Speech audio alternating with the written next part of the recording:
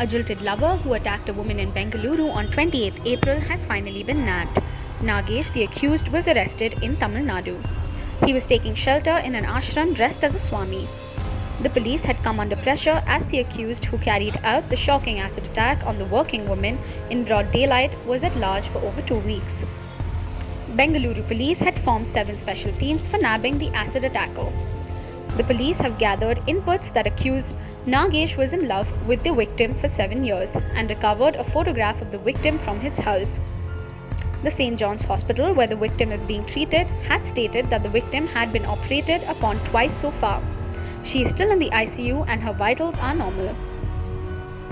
The victim will be in hospital for 1 month, and the acid attack had inflicted 36% burn injuries on her body. K. Sudhakar, Karnataka Health Minister, had visited the acid attack victim in the hospital and assured free treatment. He also announced that the government would provide her with a suitable job once she recovers.